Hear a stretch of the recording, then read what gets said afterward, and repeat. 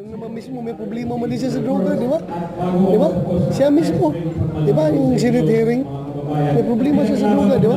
Yung magnetic lifter, may problema siya doon, sabit siya doon, kaya nasuhan siya. Actually, sir, umamin na siya na 50,000 na daw kada kilo. Ano? 50,000 daw kada kilo. Ano? He already admitted na 50,000 daw kada kilo yung kanilang binayad. Sa kanya? Palusog. Sa kanya? Palusog. Eh, kasi the mere fact na involved siya sa nagpasilitate siya na magpasok ng droga, what kind of officer is he?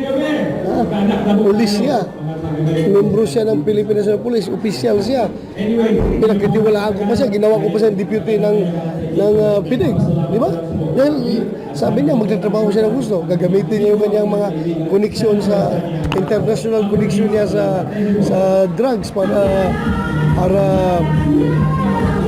gaganda yung anti-drug operation ng PNP.